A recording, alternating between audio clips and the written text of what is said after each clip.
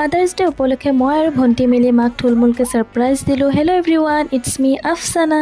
আহক ভিডিঅ'টো প্ৰথমৰ পৰা আৰম্ভ কৰোঁ। তো মই মৰ্ণিঙত ৰেডি হৈ মেলি ওলাই আহি গ'লোঁ এক্সাম দিবলৈ, কাৰণ মোৰ এক্সাম চলি আছে আৰু আমি আহি পাই গ'লোঁ গাৰ্লছ কলেজ, কাৰণ মোৰ এক্সাম চেণ্টাৰ গাৰ্লছ কলেজেই হয়। তো আমি এক্সাম দি ওলাই জুবিন উদ্যানত অলপমান ফুৰিব আহিলোঁ দুয়োজনী, কাৰণ মাথাটো জাম হৈ গৈছিলে যিহেতু।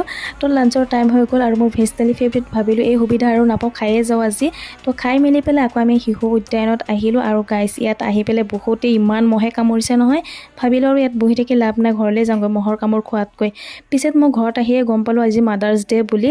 ভণ্টিয়ে ইমান ধুনীয়া ধুনীয়া কিছুমান বস্তু বনাইছে নিজৰ হাতেৰে। তো মই কি কৰিম, তো মই মাৰ কাৰণে এই দুপাট্টাটো আনিছিলোঁ, ভণ্টিক দি পেলাই আনিছোঁ। তো মই ভাবিলোঁ অলপমান লৈ চাওঁ কেনেকুৱা লাগে, আকৌ মা পচন্দ নকৰিলে পিছে আকৌ নল'ব দেই। আৰু মাদাৰ্ছ ডে চেলিব্ৰেট কৰিবলৈ কোনো ডেটৰ প্ৰয়োজন নপৰে। মই ভাবোঁ যিসকলৰ ওচৰত মা আছে সেইসকলৰ বাবে সদায় মাদাৰ্ছ ডে, আৰু মাসকলৰ বাবে এটা দিন পোৱা যায়। তো মই ভাবোঁ প্ৰত্যেকগৰাকী মাকে ডিজাৰ্ভ কৰে এনেকুৱা অলপ ছাৰপ্ৰাইজ।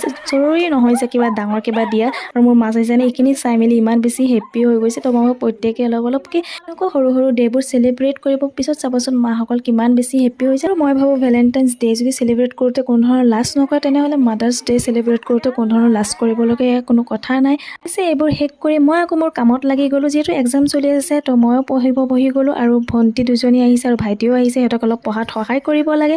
তো আজিৰ দিনটো এনেকৈয়ে পাৰ কৰিলোঁ। আজিলৈ আহিছোঁ পিছে, বাই।